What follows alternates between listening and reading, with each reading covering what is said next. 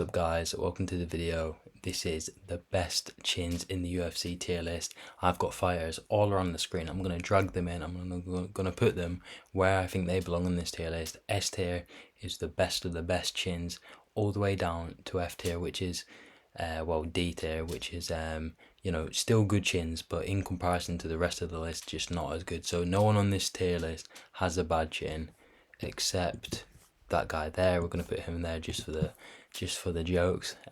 RIP Dominic Reyes chin. And then without further ado, let's get right into it. So first of all, with an underrated pick, a lot of people forget about this guy, but he's got a solid chin. It's Pedro Munoz, and he's going in the bottom of A because he's never been finished and he's had a really long career. This guy's a UFC vet. He's taken loads of big shots. He's fought loads of up-and-comers who are all really strong and got powerful punches, and he's never been knocked out, okay? So just for that alone, this guy has also got balls of steel because he's fighting people that no one else wanted to fight. He fought Sean O'Malley when a lot of people didn't want that fight, so props to him. And he's a UFC vet, so we'll give him credit where it's due. Legend. Moving on, we have Colby Covington. I'm going to put him in B tier. I'm going to put him about here. He's got a really good chin, but it can be cracked, and we've seen it cracked. Eventually it caves in.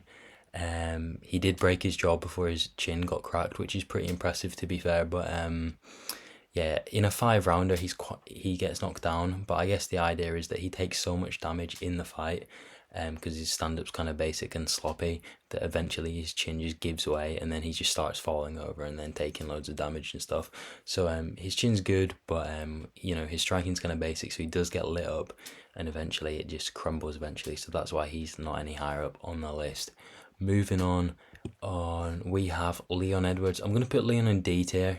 He's at the top of D because he doesn't have a bad chin, but it's not really a good chin either. Okay, so he's there. He can take a big shot. We've seen obviously the Nate Diaz shot is the biggest shot he's ever taken, but he almost did get knocked out. So that's why he's in D tier. So he's definitely not on Colby Covington level. Colby would have definitely recovered a lot quicker from that. I mean, Leon was practically dancing on ice for like 50 seconds. I thought I was watching Disney on Ice. You know what I mean? I thought I just paid a 50 quid Disney on Ice ticket when I was watching that fight. Anyway, moving on, Sergey Pavlovich. He's going at the top of C. The reason being is that I wouldn't have actually put him on this list because I've never really seen him take big shots until he fought Curtis Blades. He took a lot of big shots in that first round. They were swinging.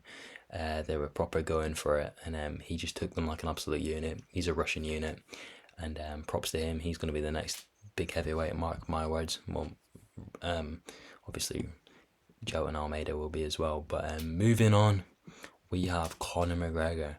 I'm going to put Conor in... This is a bit of a... I'm going to put Conor in B tier, okay? Because Prime Conor had a really solid chin, okay? He took that massive overhand from Khabib. That was a really big shot, and he took it well. He got knocked down, but he got straight back up, and then he kind of hurt Khabib a little bit. I'm not saying he wobbled him, but he kneed him and stuff. So he took that well. At featherweight, nothing was a problem for him. He took a lot of big shots from Nate Diaz in both those fights. But recently, his chin just kind of seemed a bit off against Dustin Poirier. I don't know whether it's the fact that he's not taking everything as seriously and his health's deteriorated probably, or the fact that Dustin Poirier just got really powerful punches. So, if Conor never got knocked out by Dustin Poirier and he never did that fight or fought after that, he'd have been in A tier probably. But because he got knocked out by Dustin, he's going in B tier, and also he has been wobbled a few times. Moving on, we have Alexander Volkanovski. We're going to put him in... We'll put him in A tier. The reason being is this guy took a few big shots. He took big shots from Islam, who's got hands, he's got power. The only reason he's not higher is because he's been finished before, but it was at welterweight, so we will cut him some slack for that because he is literally the most undersized welterweight ever because he's about 5'7". And the reason he's in S tier, other than that, is the fact that he hasn't actually took like a massive knockout strike. Like a few of these guys on the list have took strikes and you're just thinking, how did they survive that? How are they not on the floor unconscious?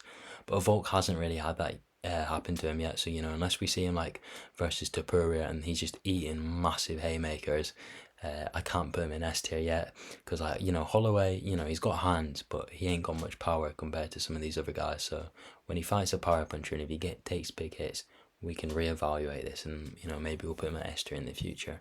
Moving on, we've got Glover Teixeira. Glover is going in C tier. He can take big hits, but then after he gets wobbled, he just continually gets wobbled. We saw it against Yuri. He had a good chin for the first bit of the fight, and then it just deteriorated. And then the Jamal Hill one just kind of knocked all credibility. He just kind of became a glass cannon in that fight. He nearly got finished about 5 times. It was pretty hard to watch, to be honest, because he looked really, really bad. But yeah, so that's why Glover's there. Prime Glover would have been a bit higher up, because he had a really solid chin, to be fair. Moving on, we have Khabib. Khabib's going in A tier. I don't care. Some people are going to hate on this, but to be honest, guys, Khabib's got a really good chin. He took a few good punches. He didn't take any like ones that you'd think would knock someone out, but he took a few from Dustin Poirier. They were solid. They might have wobbled another guy, maybe someone who had less good of a chin. And he took a few good shots from Conor as well. So and some from Gaethje. So you got to give him credit. This guy's got a good chin. And I'm pretty surprised as well because he has really bad weight cuts from what I've seen. So he really does have a good chin. Severely underrated. We just never really got to see on the show. That's obviously why it's not S tier. Actually, no, I'm putting him. I can't put him in B though because Conor's been knocked out. Yeah, he stays in A, but we'll swap Pedro Munoz out because Pedro's took massive hits before.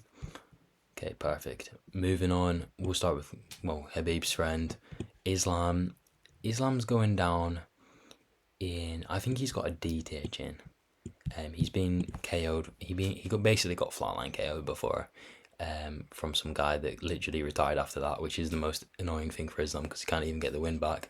But yeah, he got flatline KO'd by like a jumping straight. So yeah, that's an L for Islam. His chin might actually be a bit suspect, but we've just never seen him get hit by a massive shot since. He took a few against Volk, but then he kind of fell over. So I'm not really going to say, he took it well, because he kind of fell over. And I'm not saying he fell over because of the punch, but it definitely didn't help.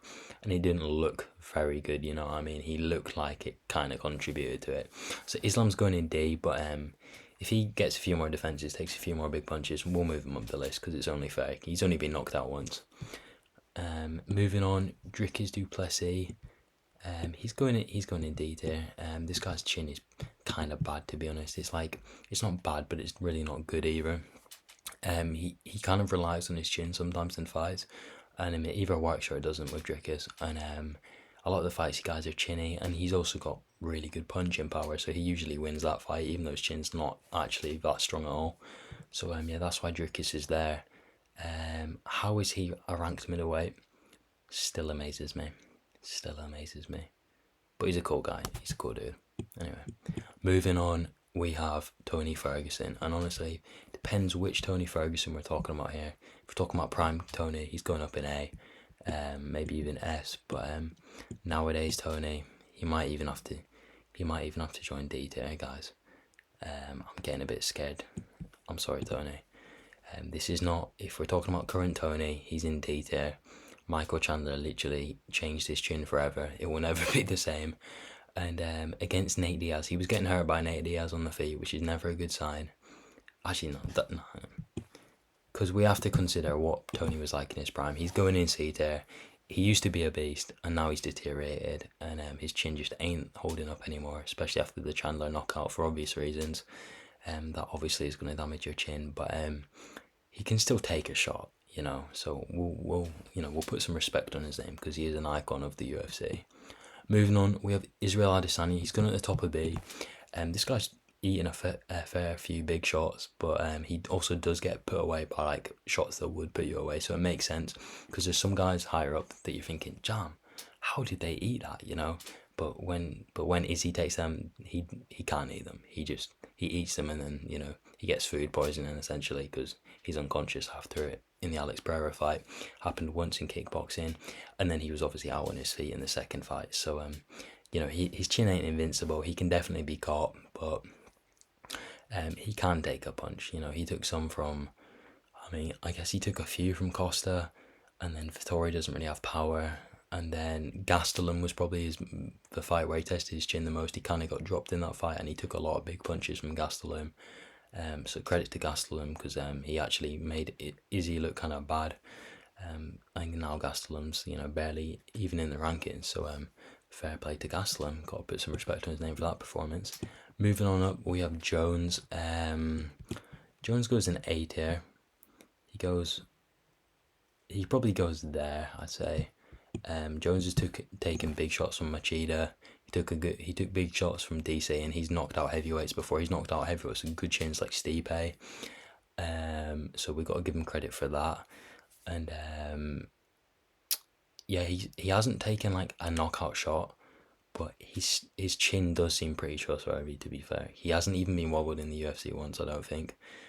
So credit to Jones there, but he just kind of is bigger than all the people he fights, so you'd expect him to be able to take most of the shots. But he went in there with a few good strikers. Machida obviously could knock a lot of people out, and he was fine in that fight. So that's why he's there. Moving on, Yuri Prohaska. He's going in B. He's going there in B. And the reason being, he has been wobbled, but he was wobbled by massive shots. Okay, he was out on his feet, but he took it better than Glover, and and he's never really been wobbled elsewhere in his career, as far as I'm aware, or at least not in his UFC fight. So that's why Yuri's there. Really good chin, but he probably loses to Jamal Hill, unfortunately. Moving on, Dustin Poirier, underrated chin. Okay, this guy's chin is really good. We're putting him in A tier, I don't care. Dustin Poirier has got an A tier chin. He's going right there next to Khabib because he has took massive shots, and he hasn't been finished in lightweight. He's been finished in featherweight before. He's been knocked out by Michael Johnson, and he's been knocked out by McGregor. So that's why he's at the bottom of A tier. But at lightweight, without that massive weight cut, he just takes punches well. He rolls with them, and really, really underrated chin. People forget how good he is at taking a punch. So I think that kind of gives him an advantage over Gaethje, because I think he has a better chin than him, to be honest, in that fight. So maybe I'll be taking him for the win there. I'll just have to think about it at the time. So we've got 2 fighters left, and they are both my S tier fighters. So without further ado, we've got the second best chin, in my opinion, in the UFC. It's none other than Nate Diaz. Okay, this guy's only been finished once, and it was by he got head kicked 5 times in one fight. So it's really not surprising, and it doesn't show that he has a bad chin whatsoever. He gets dropped all the time, but I've never seen him chicken legged ever. He never stumbles around. He just gets dropped, then gets straight back up, or just pulls guard. So that's why Nate's there. He's fought some of literally the power punchers in lightweight, welterweight. So you got to give him credit. He isn't scared of these guys. Fought Jorge Masvidal when he was pretty good. Obviously the McGregor fights, and he's only been finished once, like I said. So that's why he's there. Goated chin, really underrated. Well, not underrated. Everyone knows how good it is. And in my opinion, the best chin in the UFC. A lot of you guys are probably thinking it already, but here he is, Max Bless Holloway. Max Bless Holloway has the best chin, maybe of all time in the UFC. He eats big shots for breakfast. This guy's chin, I'm starting to think it may never crack at this point. I thought it might crack in his last fight, but he was absolutely fine. And this guy's chin is insane. I don't know how he does it. Really crazy, especially considering he's making quite a big cut, I'd say. And he's fought power punchers, and he's just took it well, So Max Holloway's chin is so good. He may just never get knocked out. He has never been knocked down in the UFC, and he's had over 20 fights. So that's a record, I'm pretty sure. Or I think John Jones has it as well. But Max Holloway's took bigger shots than Jones. So that's why he's there, and he just absorbs them so well. So that's Max Holloway. He's the best chin in the UFC. There's a lot of guys I've missed, but I wanted to keep this video short. It's just a quick little upload so I could get it out to you guys. So obviously I've missed a load of guys, so don't say, oh, bad list, you forgot so-and-so and so-and-so. I would have included them if, first of all, I had more time and I had more space. But these are just some of the active recent UFC fighters who I thought I'd put on this list. And on second thought, you're joining him. F tier. But Dominic Reyes may have one of the worst chins in the UFC, sorry. So guys, thank you for watching. Subscribe, leave a like, and obviously subscribe just so you don't miss my content. I'm uploading nearly daily at this point. and I might even be doing some UFC Fight Companion watch-alongs in the future, so stay tuned for them. Let me know down below if you'd watch them as well, and I'll see you guys in the next video. So yeah.